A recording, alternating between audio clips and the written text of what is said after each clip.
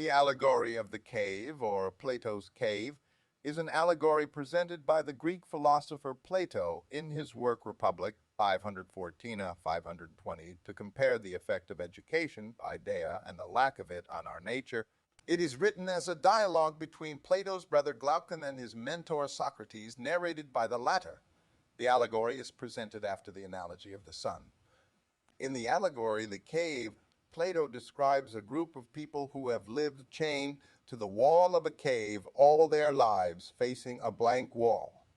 The people watch shadows projected on the wall from objects passing in front of a fire behind them and give names to these shadows.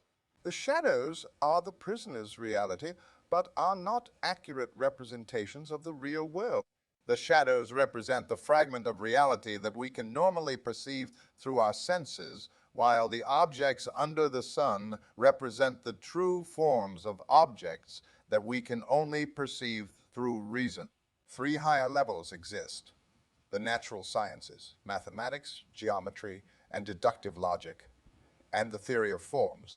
Socrates explains how the philosopher is like a prisoner who is freed from the cave and comes to understand that the shadows on the wall are actually not the direct source of the images seen. A philosopher aims to understand and perceive the higher levels of reality. However, the other inmates of the cave do not even desire to leave their prison, for they know no better life. Socrates remarks that this allegory can be paired with previous writings, namely the analogy of the sun and the analogy of the divided line. Plato begins by having Socrates ask Glaucon to imagine a cave where people have been imprisoned from childhood, but not from birth. These prisoners are chained so that their legs and necks are fixed, forcing them to gaze at the wall in front of them and not to look around at the cave, each other, or themselves. 514. Behind the prisoners is a fire, and between the fire and the prisoners is a raised walkway with a low wall, behind which people walk carrying objects or puppets of men and other living things. The people walk behind the wall so their bodies do not cast shadows for the prisoners to see, but the objects they carry do, just as puppet showmen have screens in front of them at which they work their puppets. The prisoners cannot see any of what is happening behind them. They are only able to see the shadows cast upon the cave wall in front of them. The sounds of the people talking echo off the walls. The prisoners believe these sounds come from the shadows. 514. Socrates suggests that the shadows are reality for the prisoners because they have never seen anything else. They do not realize that what they see are shadows of objects in front of a fire, much less that these objects are inspired by real things outside the cave, which they do not see. Socrates then supposes that the prisoners are released. 199, a freed prisoner would look around and see the fire. The light would hurt his eyes and make it difficult for him to see the objects casting the shadow. If he were told that what he is seeing is real instead of the other version of reality he sees on the wall, he would not believe it. In his pain, Socrates continues, the freed prisoner would turn away and run back to what he is accustomed to, that is, the shadows of the carried object. The light would hurt his eyes, and he would escape by turning away to the things which he was able to look at, and these he would believe to be clearer than what was being shown to him. Socrates continues, suppose that someone should drag him by force up the rough ascent, the steep way up, and never stop until he could drag him out into the light of the sun. The prisoner would be angry and in pain, and this would only worsen when the radiant light of the sun overwhelms his eyes and blinds him. Slowly, his eyes adjust to the light of the sun. First, he can see only shadows. Gradually, he can see the reflections of people and things in water, and then later see the people and things themselves. Eventually, he is able to look at the stars and moon at night, until finally he can look upon them. Only after he can look straight at the sun is he able to reason about it and what it is. Socrates continues, saying that the free prisoner would think that the world outside the cave was superior to the world he experienced in the cave and attempt to share this with the prisoners remaining in. the cave, attempting to bring them onto the journey he had just endured. He would bless himself for the change and pity and would want to bring his fellow cave out of the cave and into the sunlight. The returning prisoner, whose eyes have become accustomed to the sunlight, would be blind when he re-entered the cave, just as he was when he was first exposed to the sun. The prisoners who remained, according to the dialogue, would infer from the returning man's blindness that the journey out of the cave had harmed him, and that they should not undertake a similar journey. Socrates concludes that the prisoners, if they were able, would therefore reach out and kill anyone who attempted to drag them out of the cave. The allegory is related to Plato's theory of forms, according to which the forms, or ideas, and not the material world known to us through sensation, possess the highest and most fundamental kind of reality.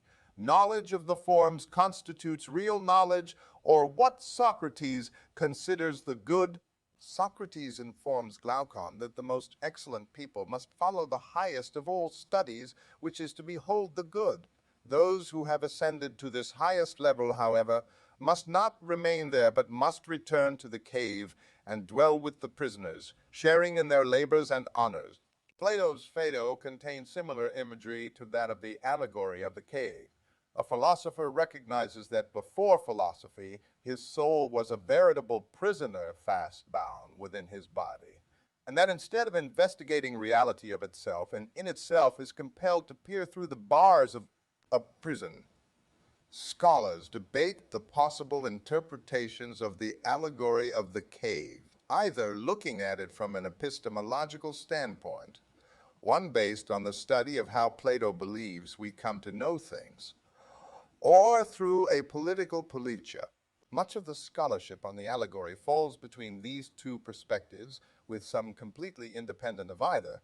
The epistemological view and the political view, fathered by Richard Lewis Nettleship and A. Ferguson, respectively, tend to be discussed most frequently. Nettleship interprets the allegory of the cave as representative of our innate intellectual incapacity in order to contrast our lesser understanding with that of the philosopher, as well as an allegory about people who are unable or unwilling to seek truth and wisdom. Ferguson, on the other hand, bases his interpretation of the allegory on the claim that the cave is an allegory of human nature, and that it symbolizes the opposition between the philosopher and the corruption of the prevailing political condition. Cleavages have emerged within these respective camps of thought, however. Much of the modern scholarly debate surrounding the allegory has emerged from Martin Heidegger's exploration of the allegory and philosophy as a whole through the lens of human freedom in his book, The Essence of Human Freedom, An Introduction to Philosophy and the Essence of Truth, on Plato. Hannah Arendt, an advocate of the political interpretation of the allegory, suggests that through the allegory, Plato wanted to apply his own theory of ideas to politics. Conversely, Heidegger argues that the essence of truth is a way of being and not an object. Arndt criticized Heidegger's interpretation of the allegory, writing that Heidegger is off base in using the cave simile to interpret and criticize Plato's theory of ideas. Various scholars also debate the possibility of a connection between the work in the allegory and the cave and the work done by Plato, considering the analogy of the divided line and the analogy of the sun. The divided line is a theory presented to us in Plato's work, The Republic. This is displayed through a dialogue given between Socrates and Glaucon, in which they explore the possibility of a visible and intelligible world, with the visible world consisting of items such as shadows and reflections, displayed as a bar, then elevating to the physical item itself, displayed as BC, while the intelligible world consists of mathematical reasoning, displayed by CD, and philosophical understanding, displayed by DE.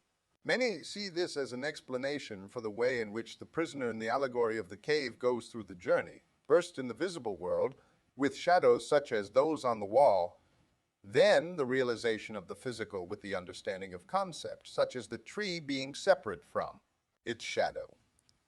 It enters the intelligible world as the prisoner looks at the sun.